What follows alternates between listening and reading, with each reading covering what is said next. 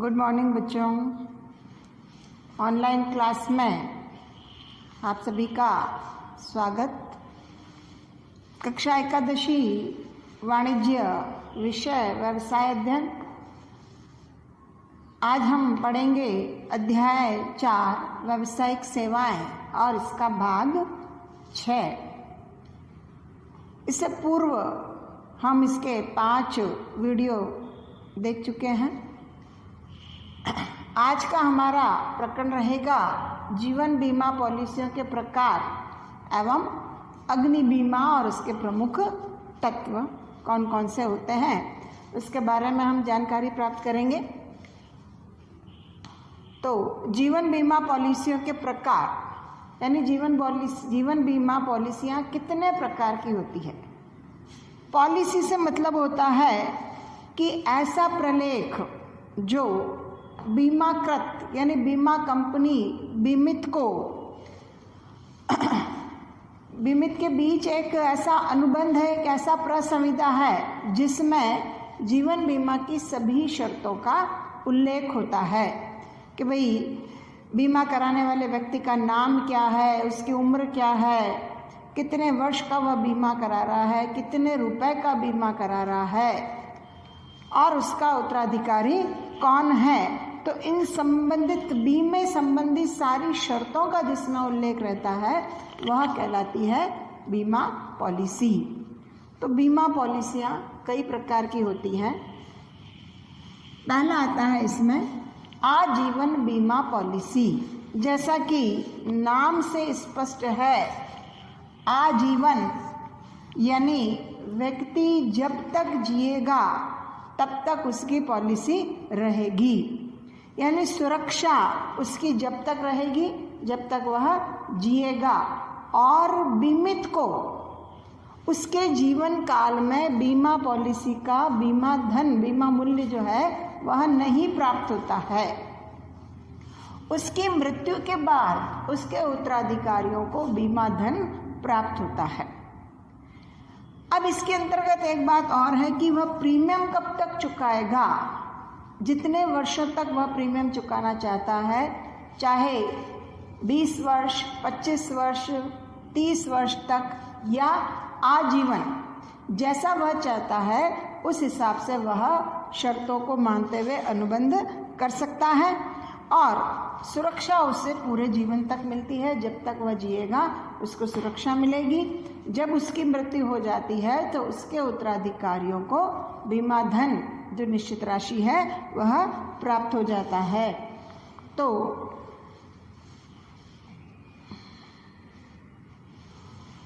आजीवन बीमा पॉलिसी में बीमित को अपने जीवन में पैसा नहीं मिलता। दूसरा आता है बंदोबस्ती जीवन बीमा पॉलिसी। बंदोबस्ती जीवन बीमा पॉलिसी। आजीवन बीमा पॉलिसी में बीमित को अपने जीवन में पैसा नहीं मिलता, लेकिन बंदोबस्ती जीवन बीमा पॉलिसी में जितने वर्ष का बीमा कराता है, जैसे मान लीजिए किसी व्यक्ति ने अपने जीवन का 20 वर्ष का बीमा कराया। सपोज करिए कि वह 25 वर्ष का था तब उसने बीमा कराया और 20 वर्ष का बीमा कराया, तो 45 वर्ष का जब होगा वह तब तक उसके सुरक्षा रहेगी। अगर वह 45 वर्ष के बाद जीवित रहता है तो उसको स्वयं को बीमा धन प्राप्त हो जाएगा। और मान लीजिए अगर किसी दुर्घटनावश या किसी कारण से उसकी मृत्यु हो जाती है तो बीमा धन, जैसे उसने 5 लाख का बीमा कराया है तो यह 5 लाख रुपए उसके नॉमिनी को, उसके उत्तराधिकारी को मिल जाएंगे और बाद में उसे कोई प्रीमियम भरने की आवश्यकता नहीं रहेगी। जैसे सपोज करो कि उसने 10 वर्ष तक प्रीमियम भरा और अचानक उसकी मृत्यु हो गई तो बाद में प्रीमियम नहीं भरना और उस समय जिस समय उसकी मृत्यु होगी उसी समय उनके उत्तराधिकारी को वह बीमा धन प्राप्त हो जाएगा। तो यह कहलाता है बंदोबस्ती बीमा पॉलिसी। तीसरा आता है संयुक्त बीमा। संयुक्त जैसा कि नाम से स्पष्ट है, यानी जब दो या दो से अधिक व्यक्तियों का एक साथ बीमा किया जाता है तो वह कहलाता है संयुक्त बीमा पॉलिसी। जैसे इसमें हो गया आपके पति पत्नी का साथ में बीमा हो सकता है, संयुक्त हो सकता है, दो साझेदारों का बीमा एक साथ हो सकता है, तो 4 साझेदारों का हो सकता है। तो संयुक्त बीमा पॉलिसी यानी जिसमें दो या दो से अधिक व्यक्तियों का एक साथ बीमा होता है तो वह कहलाती है संयुक्त बीमा पॉलिसी।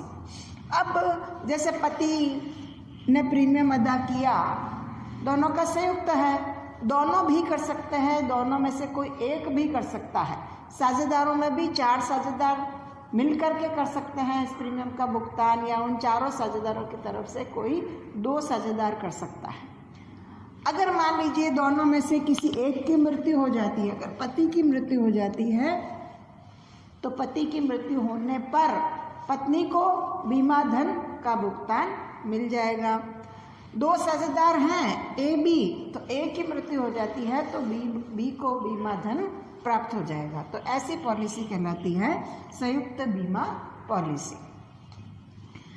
चौथा आता है वार्षिक वृत्ति पॉलिसी। वार्षिक वृत्ति पॉलिसी के अंतर्गत आता है कि इस पॉलिसी के अंतर्गत बीमित राशि अथवा पॉलिसी की राशि एक आयु की प्राप्ति पर मासिक, त्रैमासिक या अर्धवार्षिक प्राप्त हो जाती है और प्रीमियम की राशि किश्तों में अथवा एक मुश्त दी जा सकती है। यानी कहने का मतलब यह है वार्षिक वृत्ति यानी सालाना आय प्राप्त होना उससे।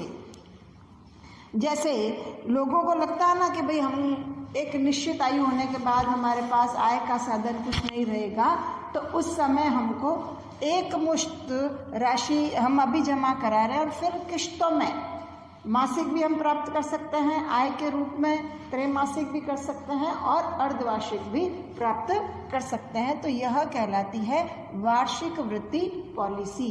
जैसे मान लीजिए सपोज करिए अभी कोई व्यक्ति बीमा कराता है, 25 साल का है और उसको लगता है कि 60 साल बाद जब मेरे पास मैं रिटायर्ड हो जाऊंगा और मेरे पास आय का साधन कुछ नहीं रहेगा, तो उस समय जितने की वह पॉलिसी करा रहा है उसका कुछ भाग यानी बीमा कंपनी की शर्तों के अनुसार उसे राशि मासिक अगर वह लेना चाहता है तो मासिक मिल सकती है, अगर वह त्रैमासिक लेना चाहता है 3 महीने में एक बार तो त्रैमासिक मिल सकती है, अगर वह चाहे तो अर्धवार्षिक भी प्राप्त कर सकता है।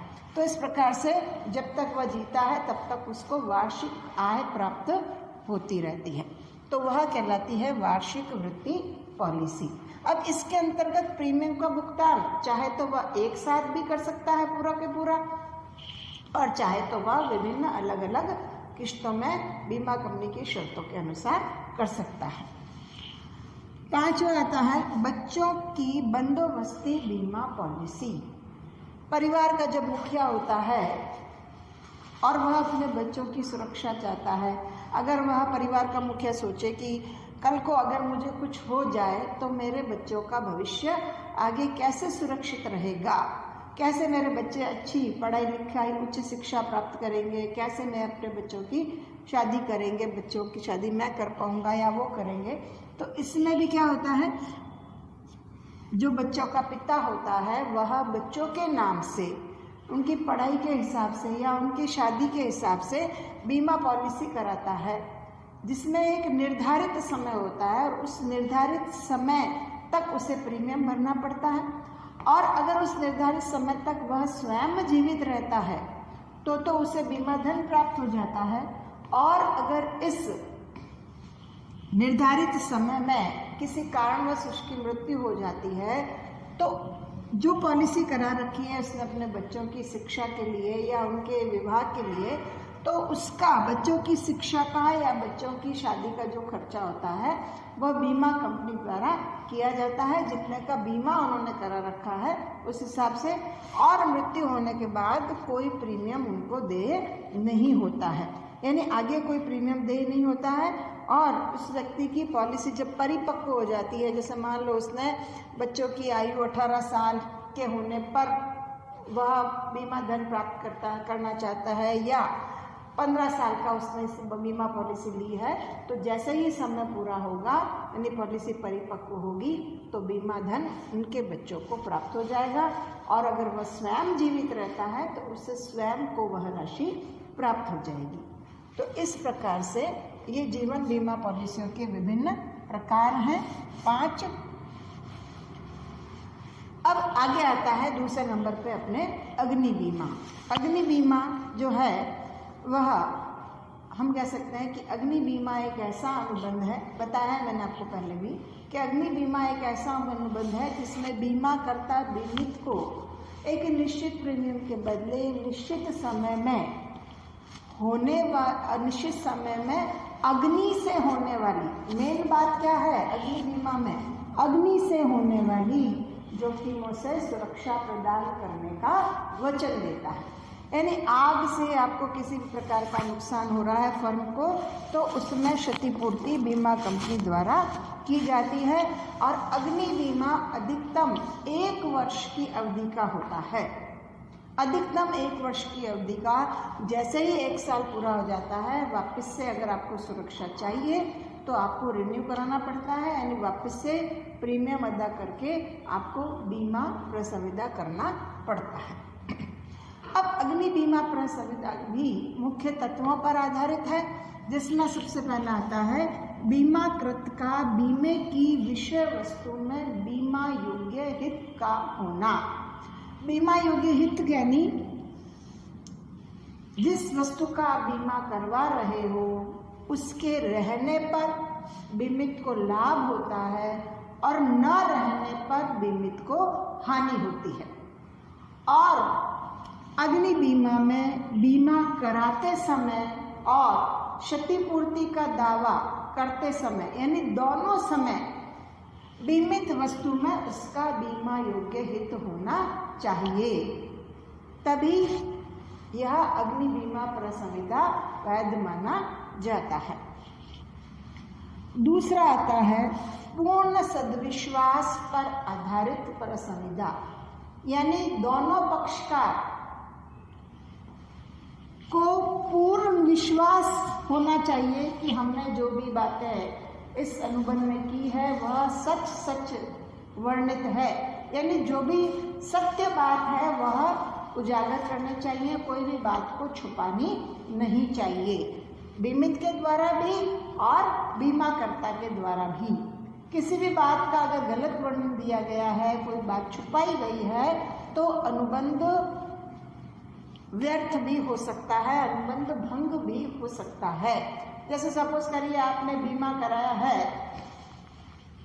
5 लाख का और आप शो करते हो कि मेरे फर्म में, और आपका माल है 2 लाख का, तो माल जितने का होगा उसके हिसाब से आपको बीमा करवाना पड़ेगा। गलत तथ्य नहीं उजागर करने हैं, हमको जो भी बात है वह सही बतानी है, कुछ भी छुपाना नहीं है इसमें। तो पूर्ण सद्विश्वास पर आधारित होना चाहिए कि सभी बातों को सच बता देना चाहिए। बीमा कंपनी के द्वारा भी जैसे होता है ना कि भाई बीमा कंपनी जब बीमा करती है तब कहती है हम आपको भुगतान करेंगे साहब, आपकी क्षति होगी तो कितना भुगतान करोगे? क्या 100% करोगे, 90% करोगे, 85% करोगे या 75% करोगे?